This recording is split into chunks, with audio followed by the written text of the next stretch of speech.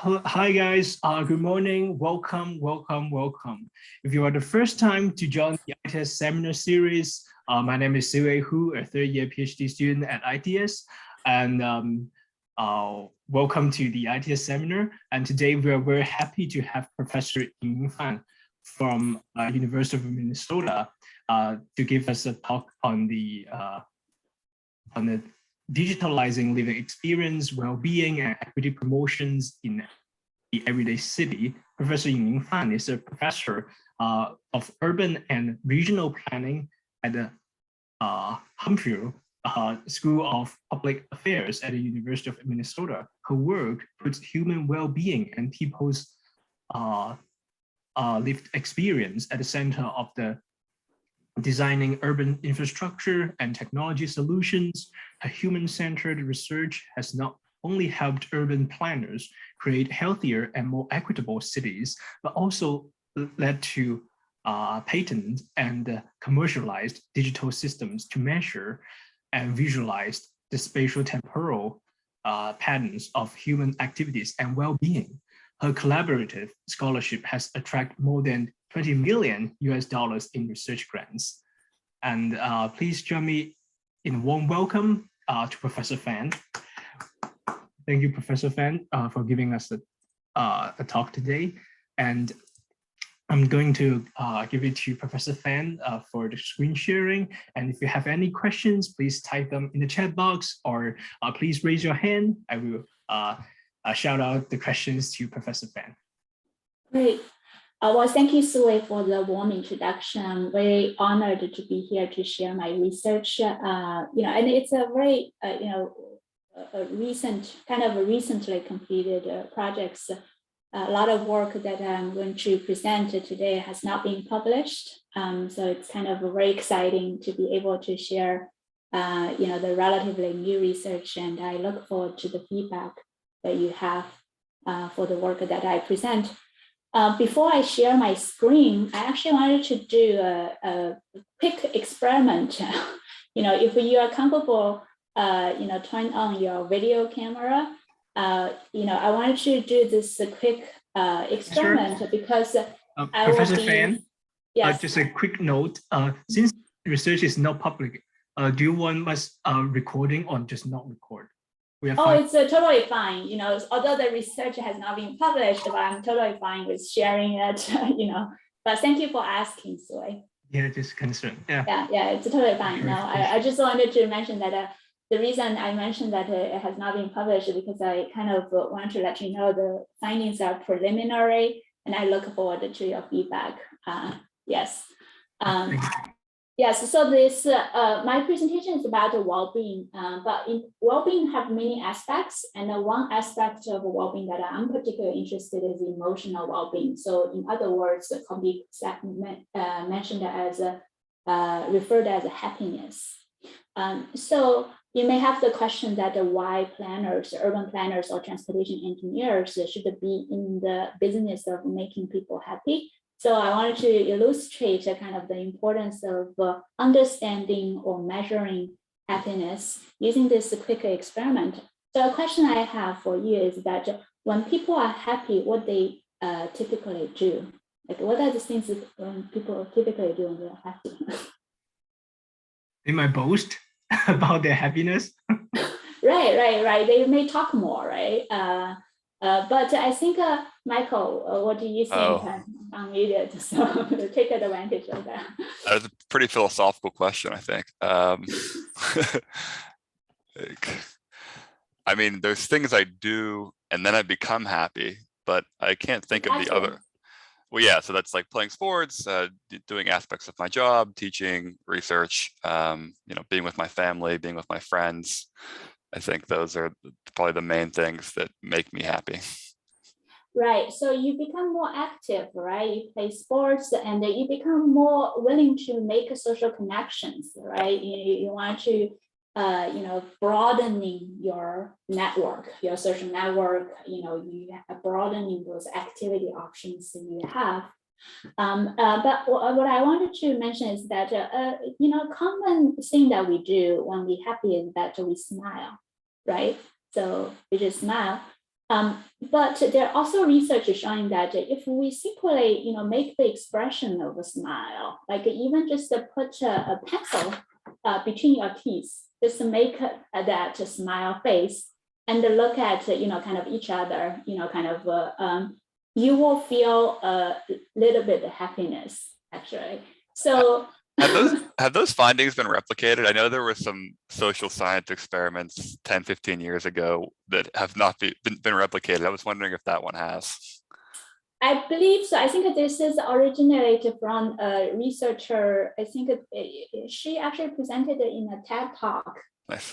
Talking about how the well-being, your emotional well-being, if you have very positive emotions, that leads to certain behavior that could potentially create a positive feedback loop, right? Sure. Yeah. So so I think it's very important to recognize that the happiness, the emotion, well-being will affect our behavior, and that behavior will in turn further reinforce our emotional well-being. So anyway, so typically if I'm in person doing this presentation, I would ask you to turn to your nearest neighbor and simply smile. And if we do have a happiness measurement, like a biometer in the room, the happiness level would be higher before, kind of after I do the experiment than before I do the experiment. Anyway, so that's just an illustration, about kind of the connection between happiness and our behavior. So I'm going to share my screen here. And I assume you can see my full screen. Oh, yes, we could. Okay, all right.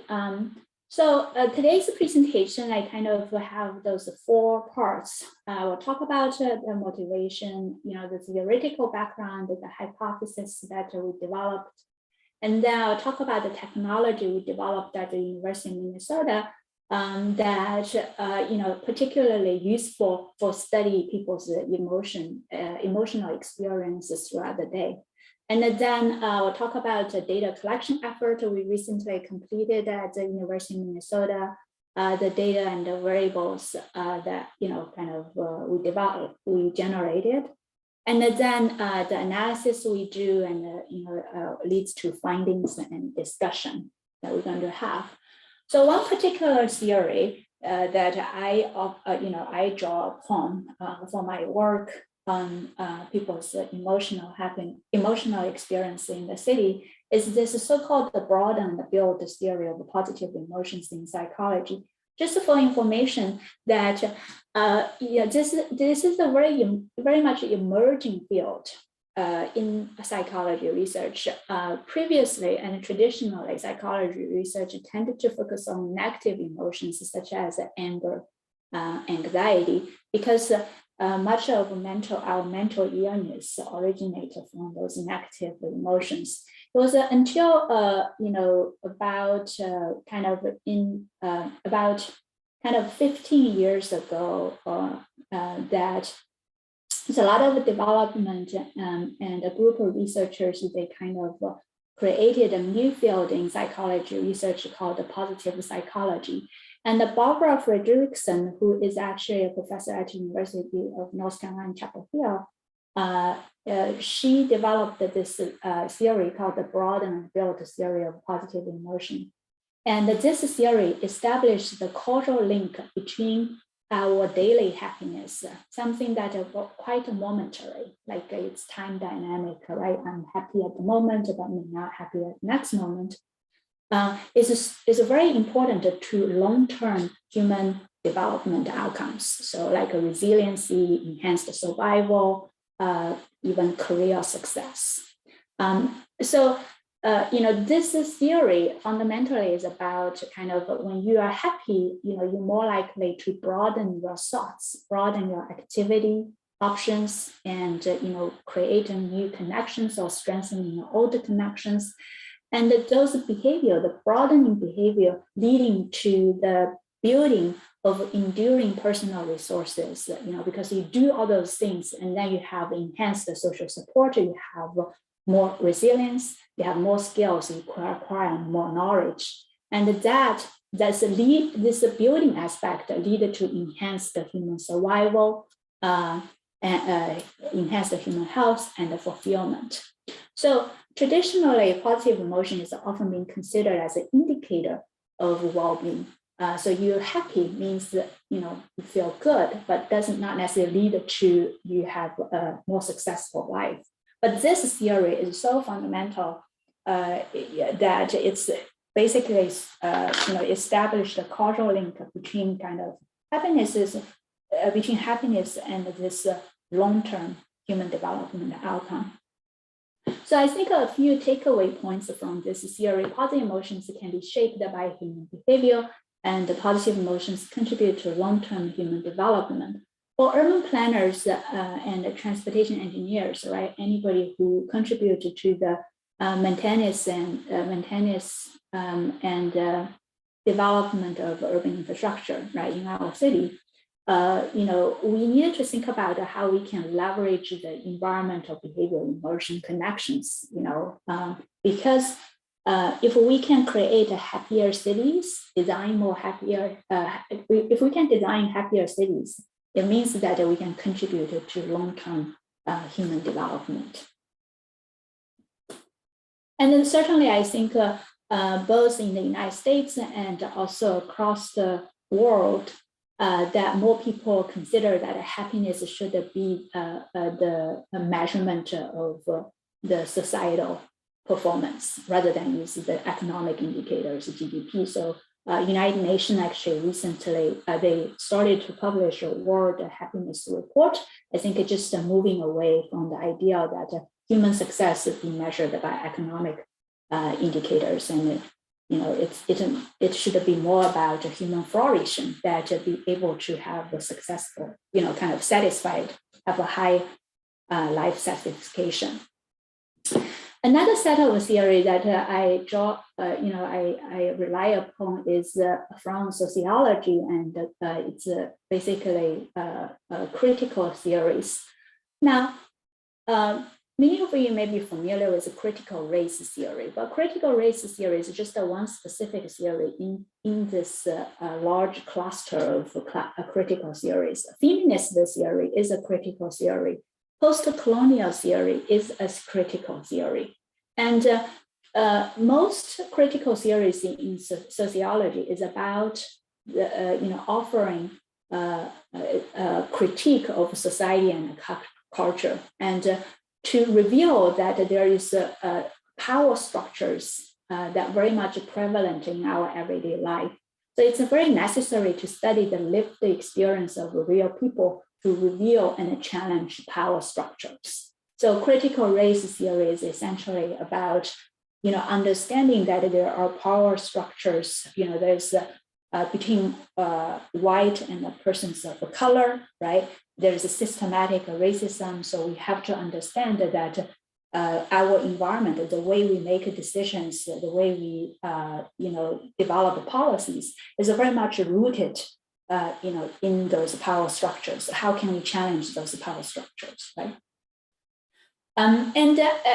For me, I think there are two major aspects that we needed to focus on when it comes to, if we draw upon critical theory. One is that it's necessary to study lived experience of the real people to reveal and challenge power structure. Right? We should not use traditional data that is very much about observed behavior. A lot of times that people see, so for example, for people who study transportation, there are people who couldn't make certain trips, right? Their travel demand got suppressed because of the barriers they face. Now, if we, utilize the observed travel behavior data, then the society will continue to,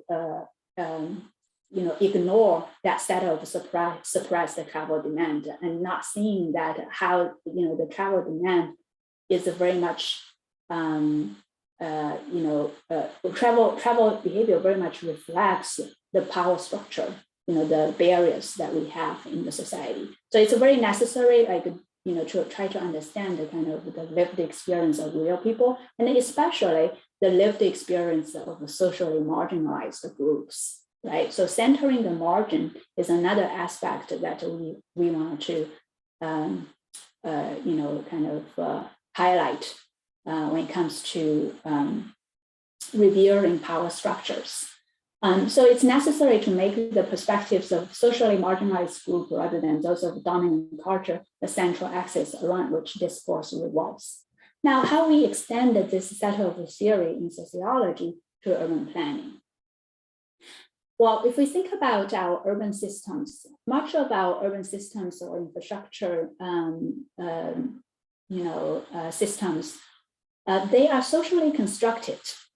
Just like gender is socially constructed, race is socially constructed, the city we live within is also socially constructed, and often socially constructed by the dominant group.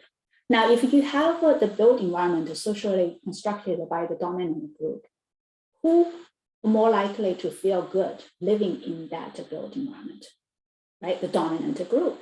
And then the more vulnerable group will, they were less likely to have a higher emotional well-being when they live in those environments constructed by the dominant group.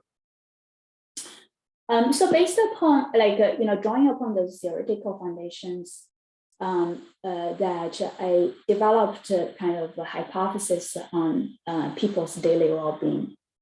So the first hypothesis is that there are daily well-being gaps in the city across gender, race, and class. Well-being is lower among females, persons of color, and low-income people, because the city is socially constructed by more like often socially constructed by male, white, and high-income people.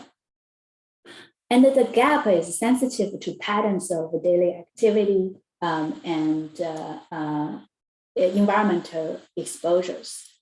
So if people spend more time, I would say, the hypothesis is that if we spend more time out of your home, which is in the public domain, now because the public domain is more determined by the built environment that it is more likely to be constructed by the dominant group. So for vulnerable groups, female, persons of color, and low-income people, if they spend more time outside their home, they're more likely to experience a well-being gap. So if you compare a day explorer, basically I define daily explorer as people spend more time doing out of the home activities, to homebody, like the day explorer, are more likely to experience well-being gaps. So how can we measure people's happiness? Now, there's a lot of measurement techniques that are already developed. A method that is widely used is called the diary, activity and travel diary. So it's a very, it has a high respondent burden, because you ask the respondent, hey, tell me, what did you do? How did you travel yesterday? Starting with the first trip you made out of your home and end with, the last trip you're returning home.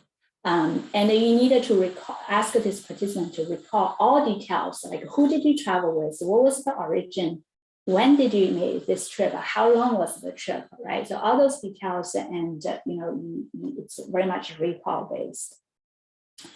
And then certainly you can ask people, how during this first trip you made out of your home, how happy you were, right? So you can certainly add questions about people's emotional experiences throughout the day, but that's additional respondent burden.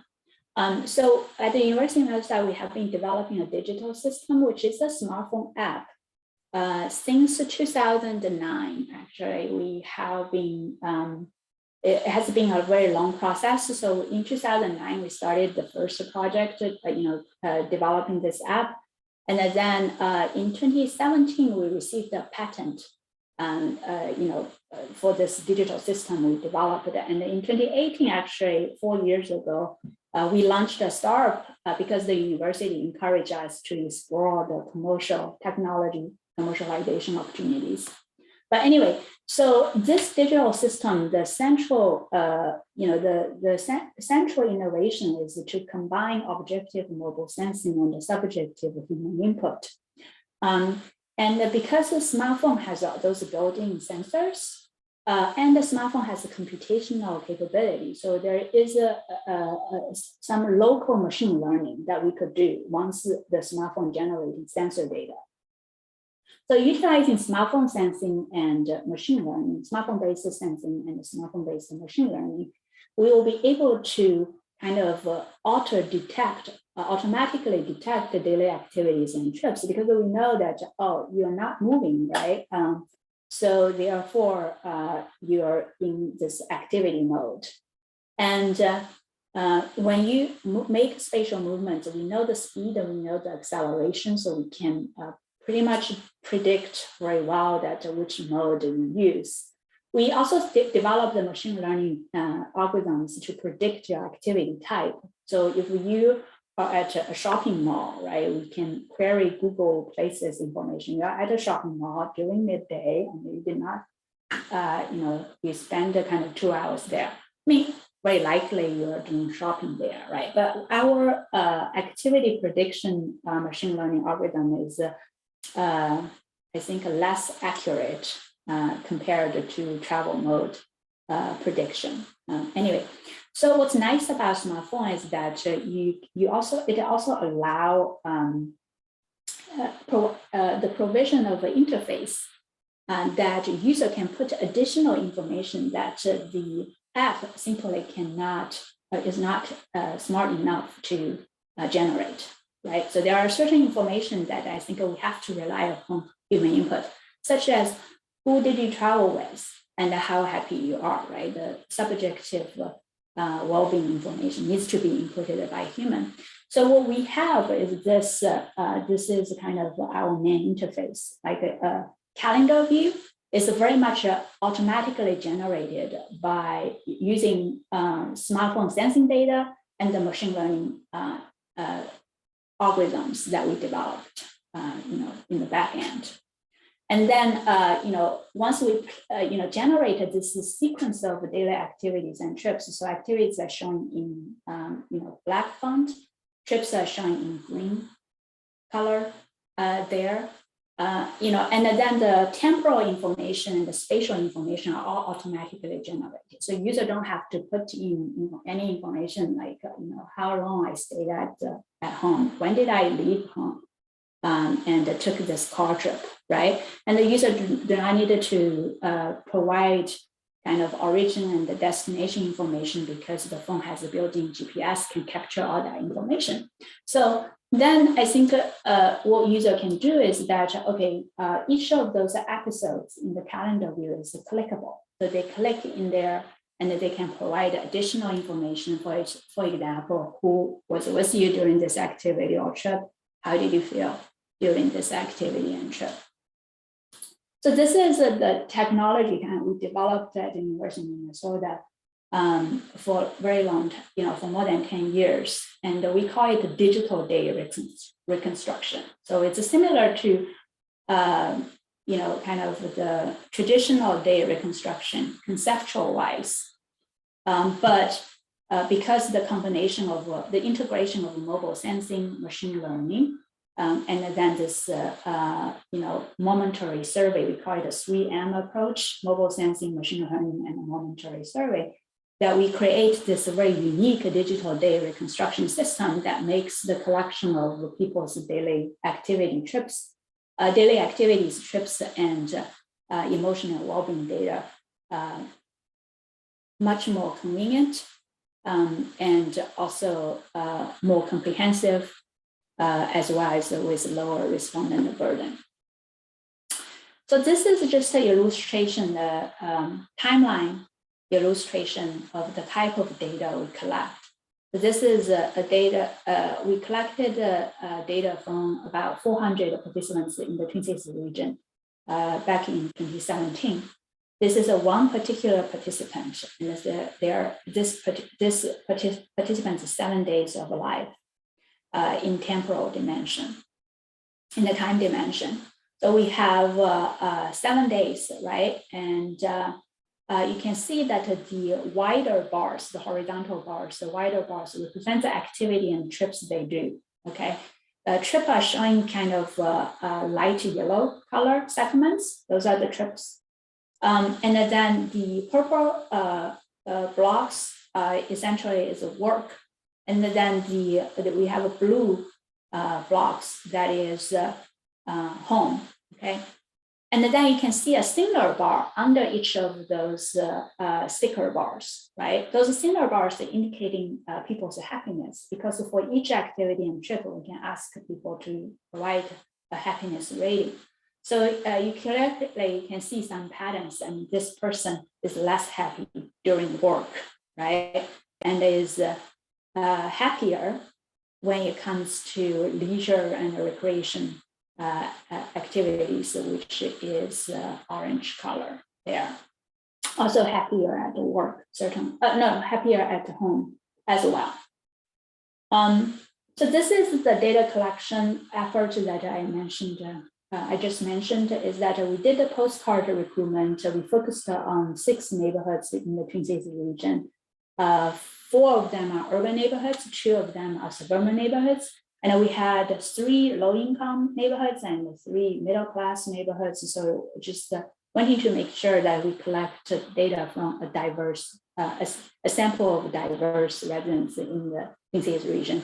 We did an in-home intake survey, and then for each participant, they are asked to install our app on the phone to do activity and trip data collection for 7 days. And at the end of the day, or during their day, they asked to provide additional information about their activity trips. And for example, the companionship information, as well as the emotional well-being information. So I'm not sure whether this graph works. Try it. Okay, so this is basically kind of illustrating of all the activity and trip data we collected, like how, when it comes to, you can see the movement in time, right? The over time, over a typical day, so now we're looking at 7 p.m. and then 7:30 p.m.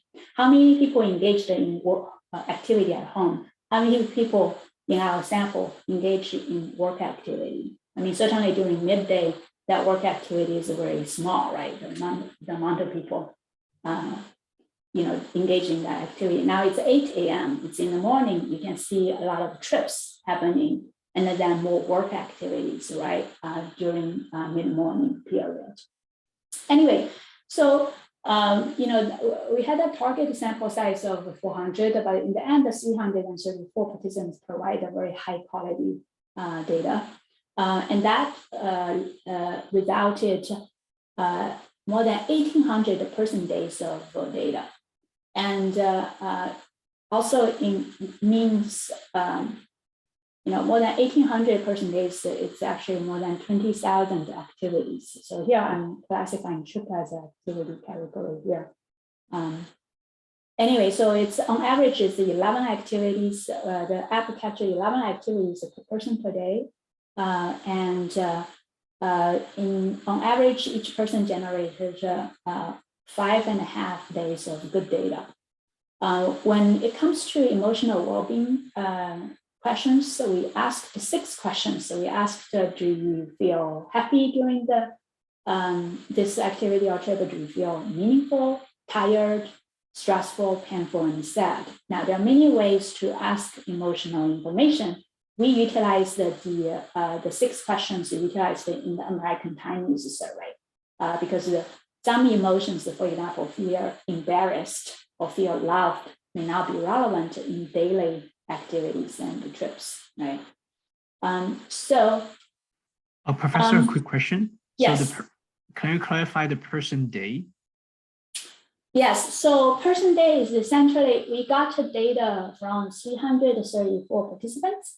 Because each participant is asked to carry their phone, right, and with the app installed for 7 days. Now, some of them contributed 4 days of good data, some of them contributed 7 days of good data, right? So you have multiple person days per participant. So in the end, from the 334 participants, we have more than 1,800 person days of data. Oh, gotcha. Understand. Does it make sense? Okay. All right.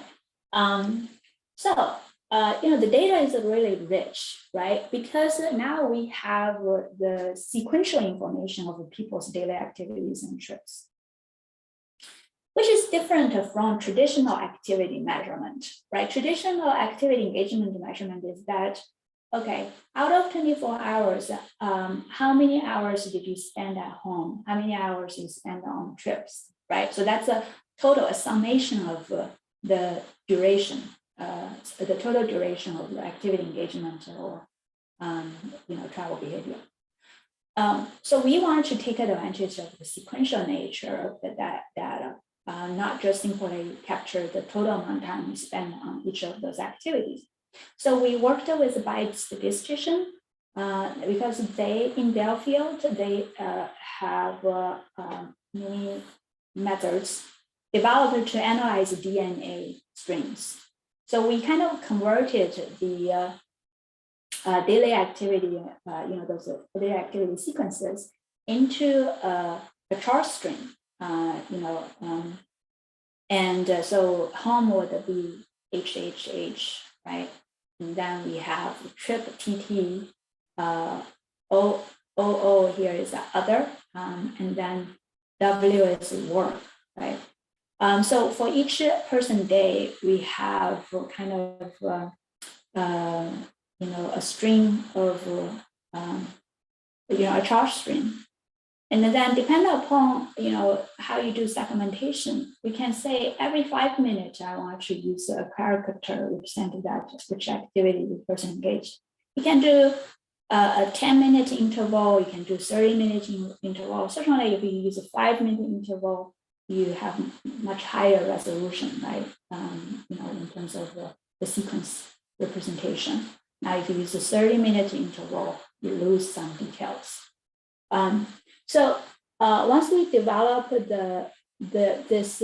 Professor, a quick question. Yes. Mm-hmm. So if you could go back to your previous slide, mm-hmm. the work time is only 10 minutes. Oh, this is just it could possibly weaken today, or it's just an example illustrating how we convert the activity sequence information into a set of characters, right? A string, a string of characters. I see. Professor, those mm-hmm. activities are purely calibrated through the GPS data, or do we ask them what do they do during this time period?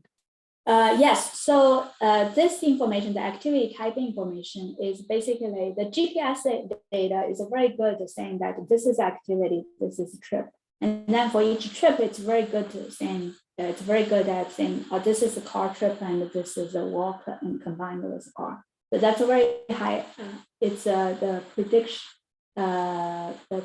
accuracy is higher than 95% when it comes to distinguishing trip modes. But it's not very good. We published a paper several years ago. When it comes to trip type of prediction, we still rely upon people inputting the information. So, in the calendar view, when people get to a location they never visited, it will just show this block of time as activity. And then user can click that episode, and then then it will be a set of options that they can select in terms of activity type. So now, if once they click select a home for a particular location, this is recorded in the database. So next time this person visits the same location, it will automatically tag it as a home. So after maybe 2 or 3 days that user providing activity type, the app is going to be very good predicting those activity types based upon the past data that the user provided. So that's the kind of a way of, this is what we call as kind of the app becomes smarter as the user putting more information into the app. So pretty much if you carry this app, I mean, we have researchers using the app to collect a month of data. But after a week of user interacting with the app is going to be very good predicting activity type information. Yeah, that makes sense. Gotcha. Yes. So so now we have the sequence information, right? We have those chart strings. And how we define in order to we want to cluster people's daily activity patterns into groups. Now, in order to do the clustering, we have to define distance between two different activity sequences. So let's say A, so what we do is use this added distance. We define an added distance between those two sequences. The minimum number of insertion, deletion, and substitution needed to transform one sequence into another. So how different is the sequence A from sequence B? What's the distance between sequence A and sequence B? Now we look at the added distance, using that definition. The added distance between A and B is 3, right? So now imagine we have over 1,800 person days of data. So that's more than 1,800 sequences in our database. Now, all those sequences, when we define the distance between or differences between those sequences, we can use this added distance to define the distance and the differences. So once we do, define the added distance, we can do the clustering. What are the major sequence patterns that we observe? We classified the 1,800 person days of sequence into 4 major types. One is day explorer, one is day commuter, night explorer, and a homebody.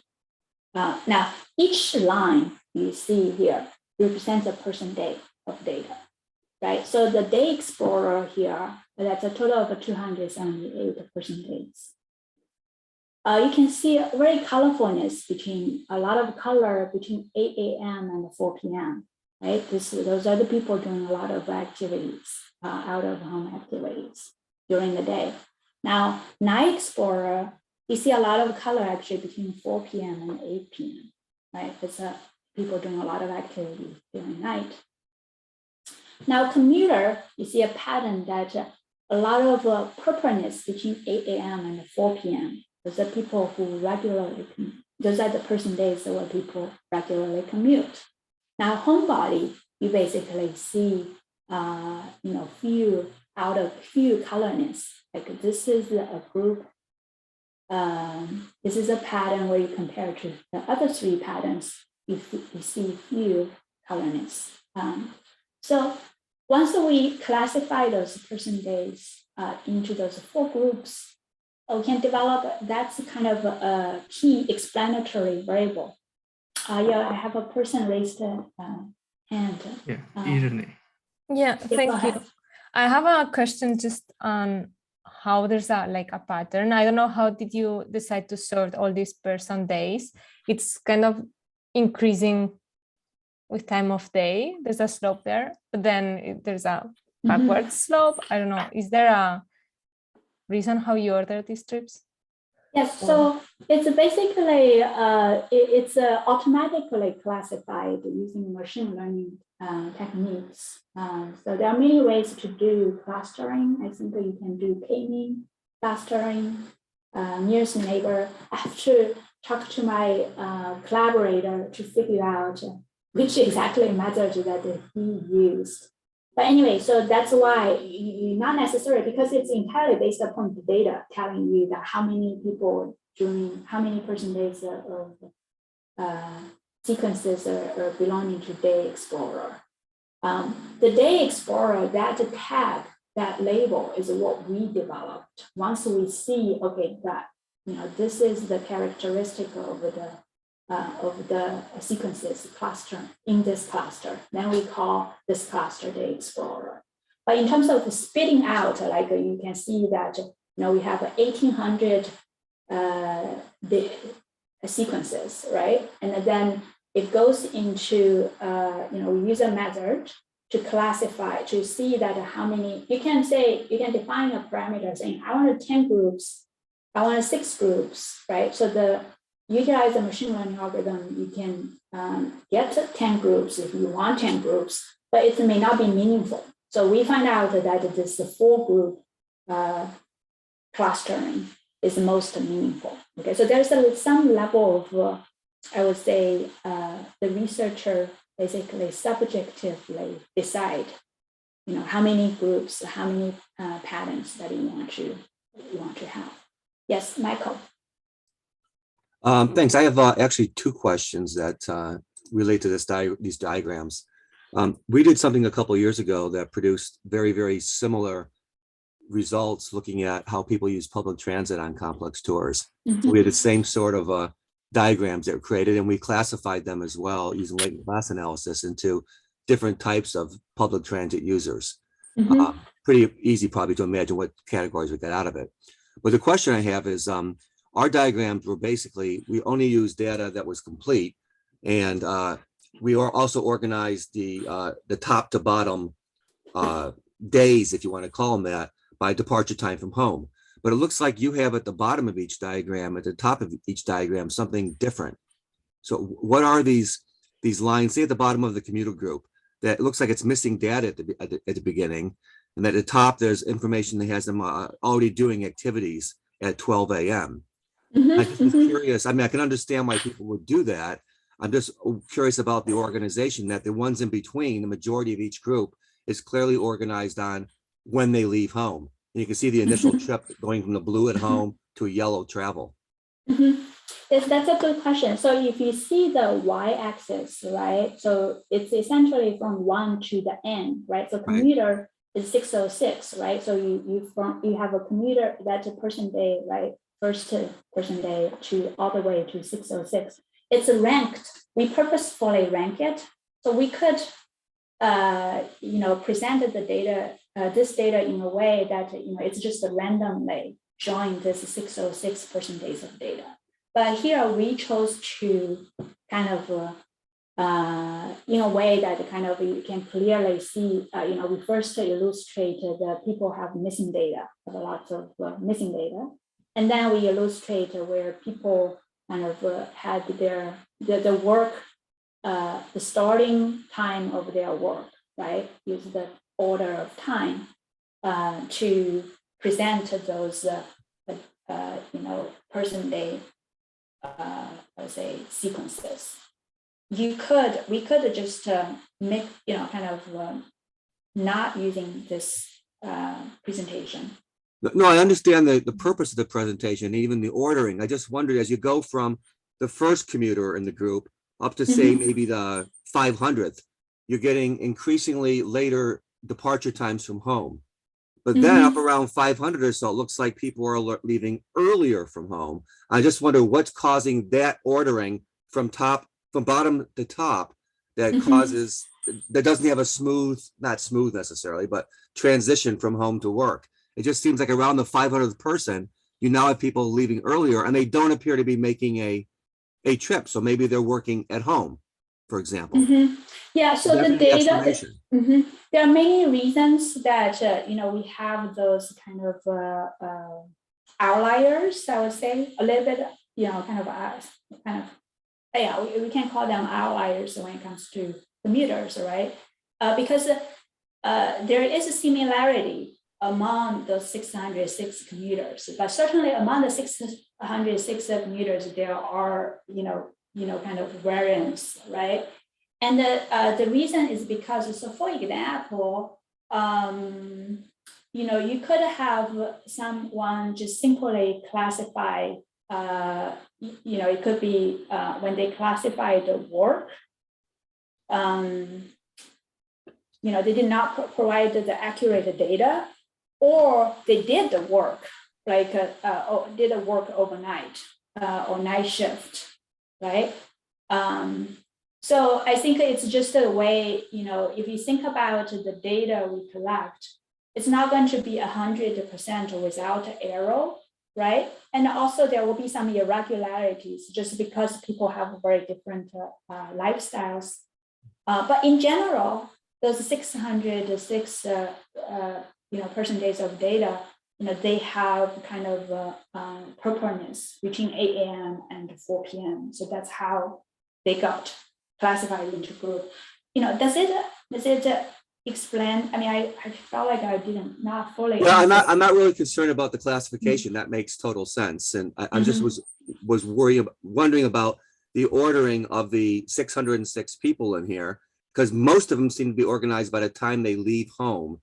But the bottom in the beginning might, just because of missing data, not be.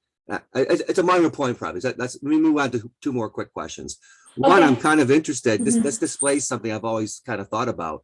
We always talk about commuters as consuming travel time and congestion, and they're the big problem. But if you look at the yellow in these 4 diagrams, and it looks like the other groups might do a lot more travel than commuters do in terms of time consumed, which is kind of interesting. But my last question is really more of how you collected the data. You classify home as home, but all of these activity types could be done at home. And I just wondered why you didn't distinguish between working at home, socializing at home, eating at home, etc. Yes, so because it's very much, I mean, that's a limitation of the app, because the app is very much rely upon spatial movement patterns to detect activity types. So like work at home or socializing at home, there's no way the app sensor can predict it.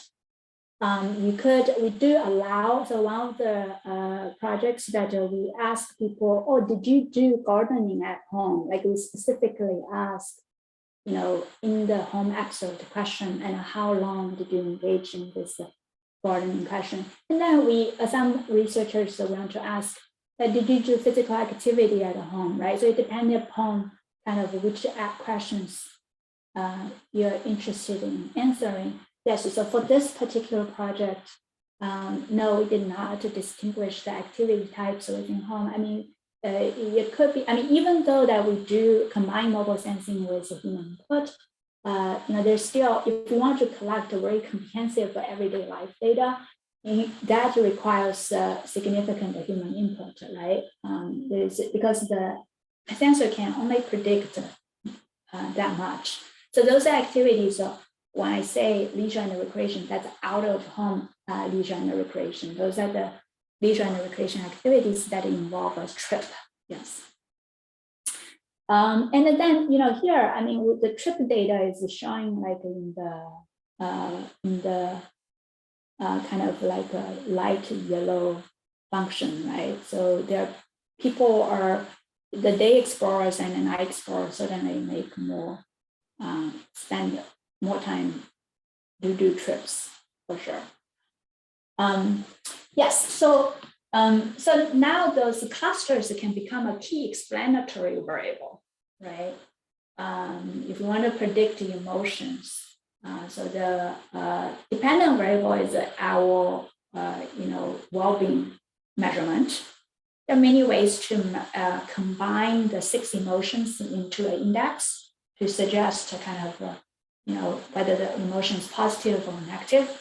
So we utilize this concept called the net affect, which is the average emotional well-being. You basically use the average positive emotion ratings minus the average of negative emotion ratings. And we analyze this set of model we develop at the person day level. So we need to aggregate the episode level well-being data to the day level.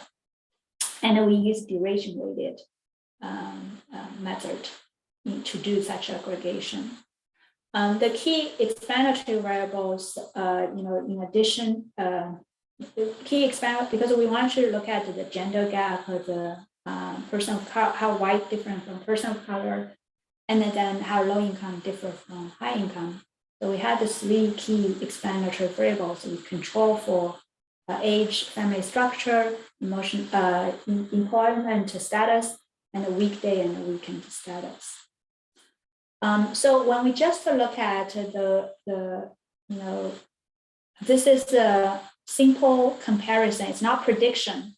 This is just a look at the raw data. Are there well-being gaps across gender, race, and class? So we look at the female, their day level well-being indicator, and the male, their day level well-being indicator. Actually, there are significant well-being gaps across gender, race, and class. And you can see I utilize blue to illustrate the dominant groups, and then red illustrated the more vulnerable groups. That more vulnerable groups always have lower well-being compared to the more dominant groups. So then we did the mixed effects model. So I mean, the reason we use mixed effects is because that each person has multiple days, right? Because our regression analysis is really at the day level on statistical analysis. So this is actually a prediction. Now we developed the 4 sets of models. So we basically examine gender, race, and income gap within day explorers only. And then we do another, do a second regression, look at those gaps among night explorer, this particular daily activity pattern, and then among commuters and among homebodies. It's very interesting because if we find out that the well-being gaps are most visible and significant when it comes to if people engage in day explorer activity patterns. Night explorer is actually, we don't see any significant gaps. Commuter is only the well-being gap is only visible and significant when it comes to gender. It's not significant for race and income. Homebody income gap, you see the well-being gap is very much by income, which does make sense because I think the income determines your home environment to some degree, right? So anyway, so those are the kind of a prediction we did. So we kind of validated our hypothesis that first there are well-being gaps, and the well-being gaps are sensitive to people's daily activity patterns and how much they expose to the public domain. Okay, so because the data is so rich, so we can do a lot of other analysis with the data. So this is just an illustration that we actually could link the data to the social demographic data, in the city, to see that whether there is a connection between segregation and happiness. And I see Professor? a chat box. Yes. Yeah, I think Okay. Irene asked a question. Are you referring to household incomes or personal incomes? It's a household income. So how do we measure segregation? We basically define a exposure measure called exposure to whiteness, okay? So the background map here is basically showing the percentage of people of color in each of those census tracts, okay?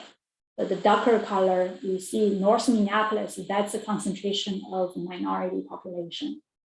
And now we see the South Minneapolis area is a little bit darker. That is, this is the South Minneapolis, this is the North Minneapolis. This is a Brooklyn Park, also a significant concentration of people of color. Okay, then we can know that when people do their daily activities, how much whiteness exposure they get, right? And we want to focus on particularly third places, basically not home, not work, because there has been a lot of study about the residential segregation. A lot of, I wouldn't say a lot of study about, workplace-based, but people cannot decide where they can, the location of most people cannot decide the location of their work. place.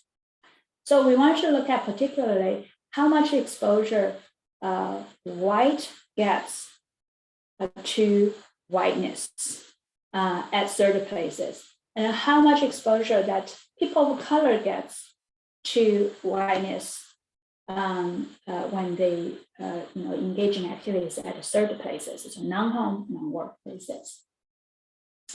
So I'm gonna move on and see. So this is the visualization we developed.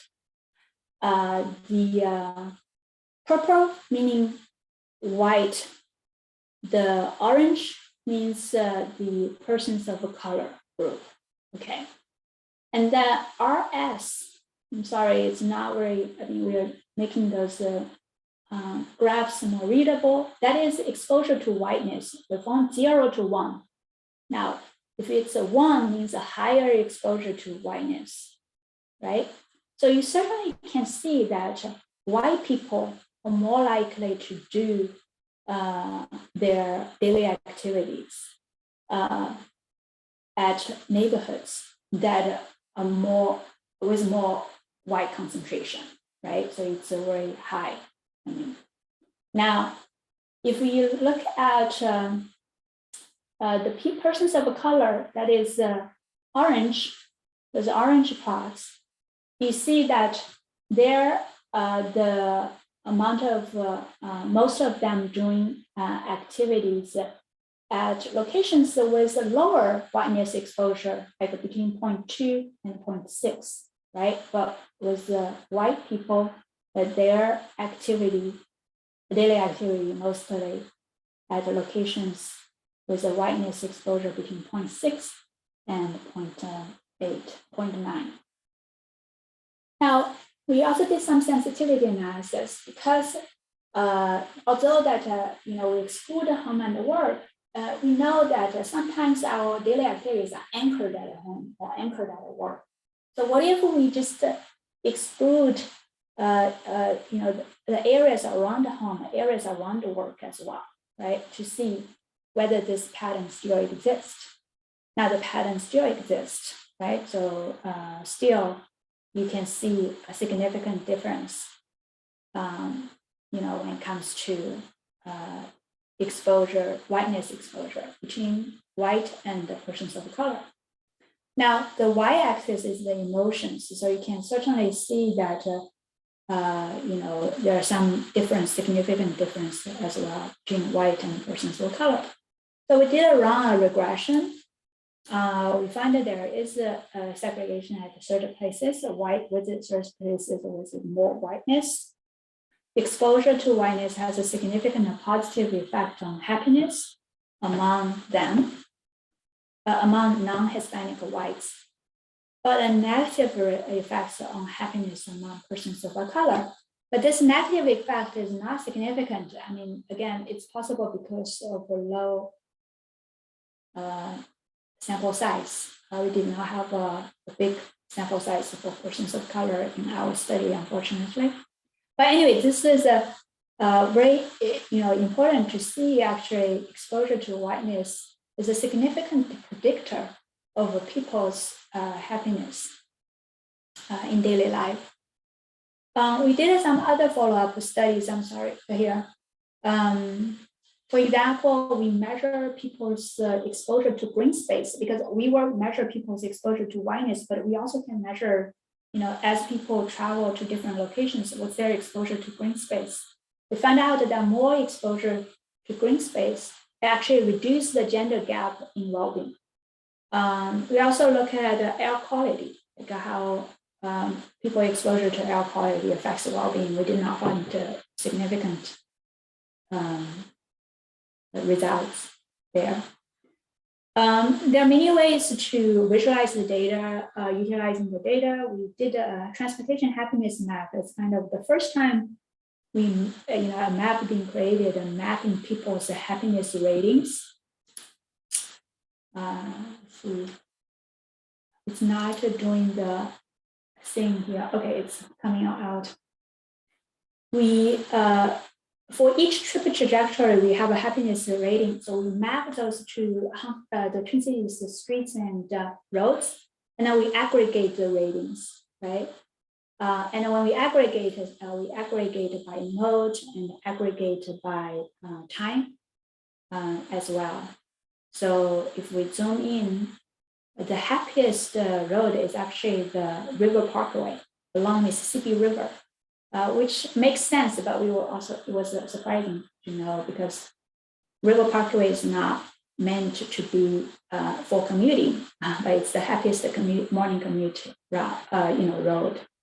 And then this you can see the mean happiness of 4.4. A total of 20 trips contributed to this happiness rating. We kind of did aggregation of those 20 trips. Okay, so some key findings and policy implications. Social identities play significant roles in shaping urban life experience. And I know that this is a transportation seminar.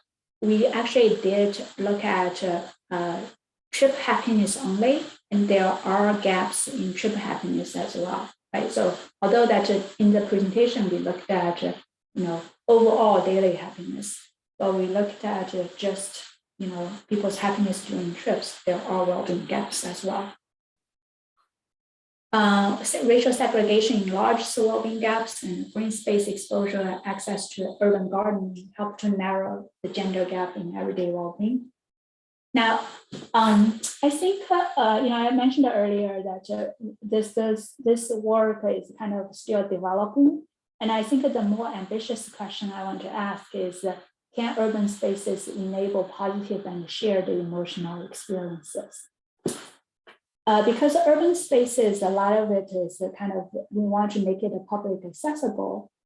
And, it's not only about kind of making people feel, have more positive emotions, but also making sure that people have a shared emotional experience. Part of the reason that we have the systematic inequity is because that, those vulnerable groups, they have lower happiness levels, right? While the more dominant groups have a higher happiness level. So it's not just about enabling positive emotions, but also enabling shared emotions that regardless of your background, that you will have a shared emotional experience at those public spaces. Now, I don't know whether you watched the Summer Olympics in Tokyo, that their motto was united by emotions. The idea that sports is basically, something can generate a shared emotional experience. I think as urban planners and transportation engineers, we can think about how can those public infrastructure, right? Roads or public roads, sidewalks that we create, can those infrastructure and the transportation spaces that we provide create a positive and a shared emotional experience. There's a chat box. There's a chat from Professor McNally. Professor McNally, would you mind unmuting yourself? Yeah, I just started thinking about your overall comments, and I apologize. I was thinking a little too much about the point I was trying to make rather than exactly what you were saying. So I may have missed some of these comments, but that maybe this concept of happiness is an emergent behavior, and that it's not necessarily drawn directly from the activities that you're doing, but from the air of the environment around you of others being happy. I mean, for example, I consider myself a happy person, whether I'm taking the garbage out or whether I'm playing a sport or walking, whatever. So I start with that level, although I do admit that being in certain areas might make me happier. But are people drawn to areas where there's happy people? So it's kind of a meta effect in that, that's something you can assess from what you've done in your data and your methods? We haven't, but I think this is a fascinating question, research question. I'm just thinking about how the racial implications, right? Does it mean, yes, it's possible that the shared emotional experience is only experienced among certain groups, not necessarily everybody, right? And that's what we want to avoid, is that even when you think about, being surrounded by happy people, like, is it the case that, is there a racial divide, right? So, me going to a location with a lot of happy people, but I'm the only person of color there, would I feel differently? So I think, so that's a fascinating question, and I know we have not started looking at yet. Again, the other thing is that we now just looking at relationships, right? We have not made any causal analysis. So I think certainly, those are the areas for future research, I would say. That's a good segue into the future research plans. I think. So Mike also unmute. Mike. Oh, sorry. I can. Okay, I'll ask now. Are the results right? So there's no ground truth with happiness, right? You're just asking people if they're happy based on a scale. So I'm wondering if there are scale effects. And my hypothesis would be that, males being more willing to vote on the extremes or make extreme statements than females, right? So more willing to say 6 instead of 5 if 6 is the high end of the scale. So I'm wondering if you regrouped where 5 and 6 were the same, how would that impact the results? Yes, so this is a great question, and I got asked this question a lot. Now, one of the things that we do, this technology could do, is that it generates repeated measures for each individual, right?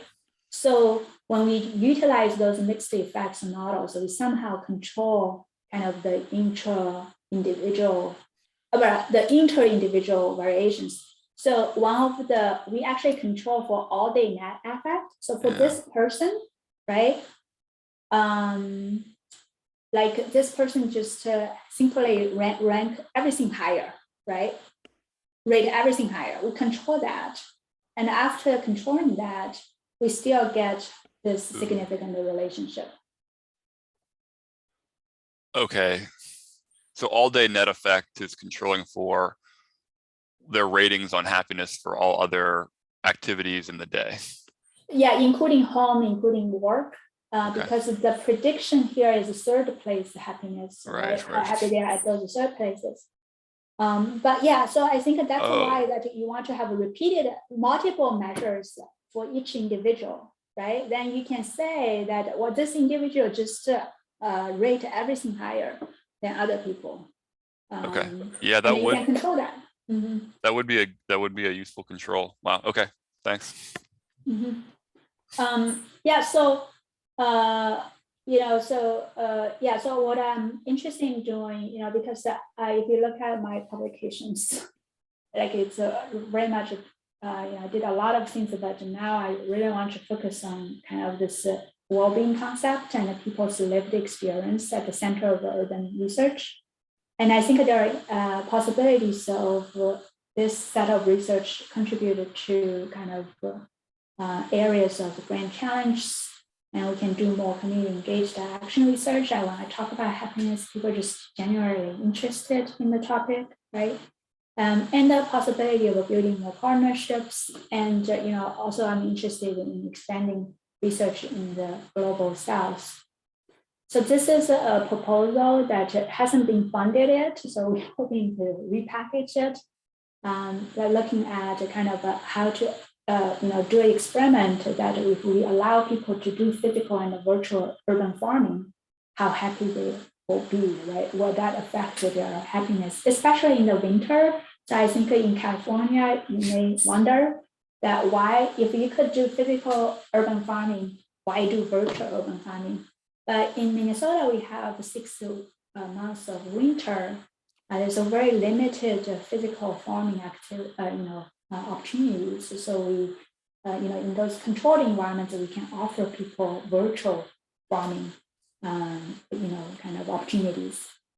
And then we want to know that if people are engaged in those activities, whether they're going to have a happier, have a more happier, have a happier feelings. We did we did not do smartphone data collection, but we did some well-being study in India and China. Anyway, so it's just interesting to kind of understand the people's experience, right, as they move through live their city lives. An interdisciplinary research program. So I'm organizing a symposium, which is called a Comprehension of Everyday Life, Advancing Social and Health Sciences Through Digital Data Reconstruction.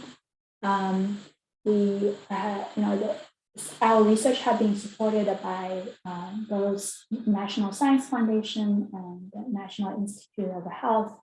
A recent application of our technology is to study time use in cancer patients, like how much time they actually spend on just simply carrying out those treatment activities. Yeah. We define that as a treatment burden because that burden is not captured by the healthcare system, right? And there's a caregiver burden as well, like the amount of time we just spend, and there is a well-being burden associated with the amount of time we use, emotional burden, when there's a lot of time being spent on those treatment activities.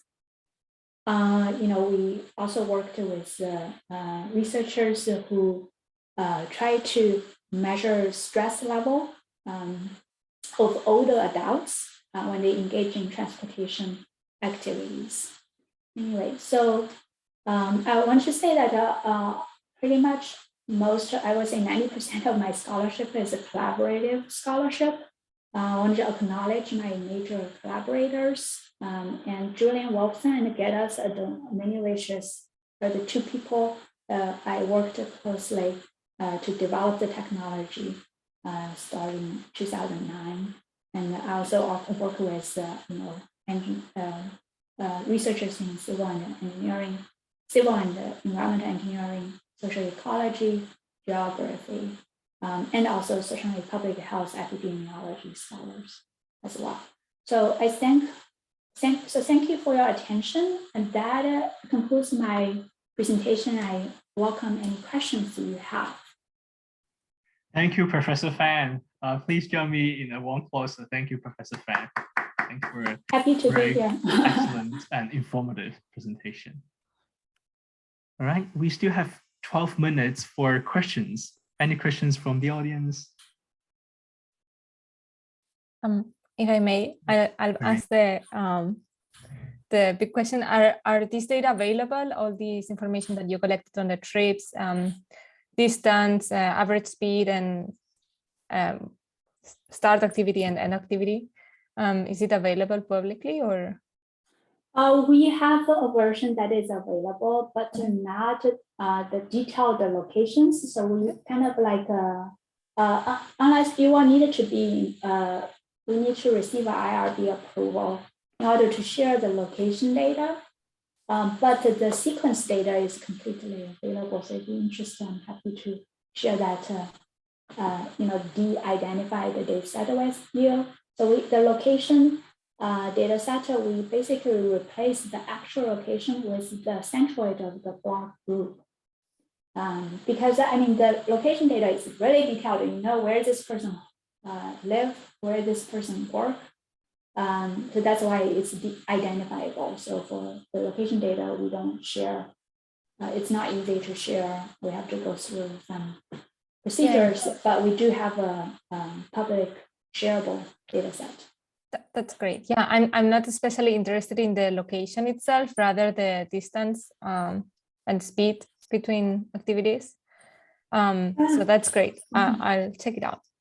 Yeah. So the distance and is certainly related to location. So you're not. It's still close, right? It's a centroid of the block group. So I would imagine that it's something you still could use, although it's not the exact distance. Yes. Yeah, Professor Fan, I have a question for the happy roads. So I saw the map that you calibrate on the happiness on a certain road.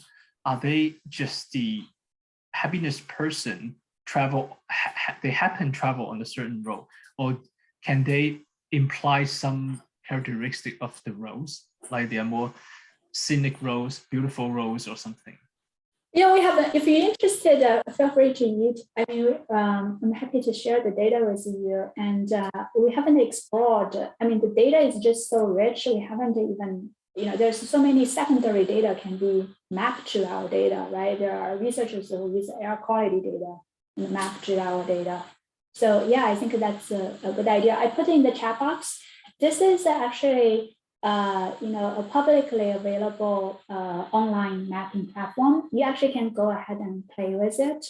There is a methodology report talks about how we did the integration, did the snapping.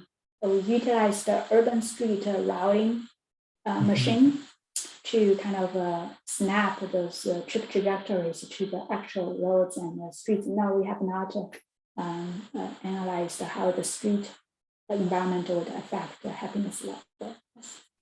Yeah, thank you, Professor Fan. I have a question from Professor McNally.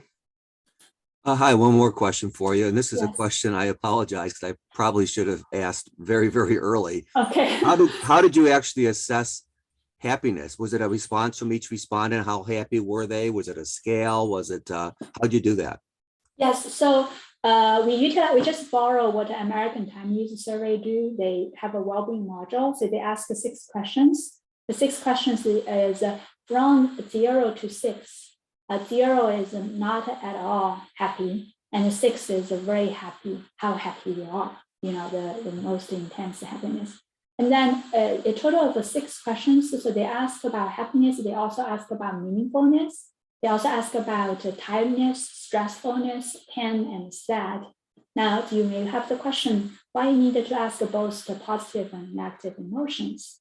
Because if you are not sad, does not mean you are happy, right? So in psychology, it's very important to measure both positive emotions and negative emotions. And then we will need to aggregate. There are many ways to aggregate that multiple emotional components into an index. We call it that index net affect. That's the concept we use. Net affect is basically if this person say 5 happy, 4 meaningfulness, so the average positive emotion would be 4.5 out of the 2. Now, if this person have 3 for all the negative emotions, the average negative positive emotion would be 3, right? And then so it's a 4.5 minus 3, that is 1.5, that is the overall happiness level that we call it. But I think we use the happiness, this concept loosely. Okay, but you use the methodology from ATUS, but you asked your respondents in your own survey how happy they were. So when you asked them, they were responding to a general level of happiness as opposed to how their happiness varied over the course of the day in different activities. So they were asked to input the happiness data for each activity and each trip. Okay. So when they click that activity, then they got asked, they have to do the slider for those 6 questions. Gotcha. Okay, that's what I was trying to get at, whether or not you were actually assessing it continuously, as well as what they were doing, so how happy they were doing it, etc. Right. And how much of that's great. I'm glad you did it that way. But how much of a burden is that on the respondents to kind of keep track of all that, and how much? At what point do you maybe get to a situation of diminishing returns where they just want to answer the question and move on? Yes, so we did have several data collection efforts. So this one we did it back in 2017. We gave the participants $50 for 7 days of data, and the data quality was very good because it was people were interested in, okay, it's an app, checks my kind of activity, things like that. Then this year we did a particular COVID study. Try to understand how people's daily activity patterns changed after COVID. And the entire thing, and there was no interactions, in-person interactions with the participants. When you have in-person interactions, the response rate tend to be high. So we had in-home visits for the 2017 data collection because we just happened to have a lot of funding for that project. But for the COVID, everything was virtual. we had significant people who said, yes, they're going to do the 14-day data collection and they dropped out. And some people just being not responsive, right? But what's nice is that we do maintain a dashboard. It's a study management dashboard. So if people are becoming not responding to surveys, the study manager will be able to see it. So say, well, could you please, very close to getting the compensation, right? In the end, we collected about 160 people. We recruited during recruitment stage, actually 300 people said that they're going to do it. But in the end, we only got 160 people successfully got in the compensation we provide. And this round, we provide them $40 for 14 days of the data. And it's a very good data, but certainly there are a lot of people just being non-responsive during the data collection. Okay, thank you. Yeah, thank you, Professor Fan. Any further questions from the audience? I want to follow up with this because I've always been curious about these things, how people respond and whether it would be useful data and so on. And I thought that if we could make a network of universities and make as professors or students make this for a week as part of our project, maybe, I don't know if the students would take it more seriously because it's part of their grade, but then we could collect information on many different cities only at single type of population, right? Students. But I don't know if that would make sense. And what are your thoughts on that? Both Professor McNally and Professor Fan are welcome to chime in this idea. Yes, certainly. I think then you only have probably student population, right? So your sample is limited, but still you can, depend upon what you want to do, right? So what kind of paper you want to write. You're going to write about college travel, college kids travel behavior, then that's certainly that data we can collect. But then it's not representative of the population, the residential population in that city. But certainly, yeah, so pooling, we had ideas like, maybe we focus on 4 major cities in the US. And we had some experience with this COVID study where we did a social media recruitment. So we just advertise on Facebook. By the way, there are a lot of people on Facebook that they just use fake IDs, try to get the compensation. But because we were able to know what data they contributed, so we were able to distinguish the fake IDs and then the real people really contributing the real data. So there is a possibility of just pooling. Like say, each transportation professor or faculty member in charge of a small data collection component, and in the end, everybody share the data. Thank you, Professor Fan. Thank you. Any questions from the audience? Monica, Ronnie, Sin.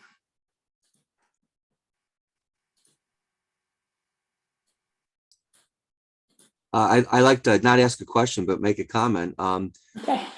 Your presentation had a lot of different elements. I know it's all one big thing, but each part I think could have been quite interesting on its own. The classification stuff, the transition between activities, those diagrams, for example, the discussion of happiness, defining it, the data collection efforts on it, the equity angles on it. We're all fascinated.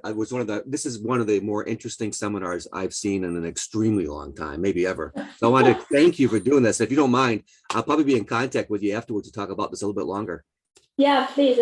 I'm flattered in my course. So, but anyway, I appreciate your feedback, positive feedback. Well, you're welcome. It's great seminar. Yeah, thank you, Professor Fan. Yeah, we also took a class from Professor McNally about the activity patterns. We are doing the activity models. When we saw the exact same patterns showing your data from the rich data. We're pretty excited. Yeah, let me know if you're interested in any aspects of learning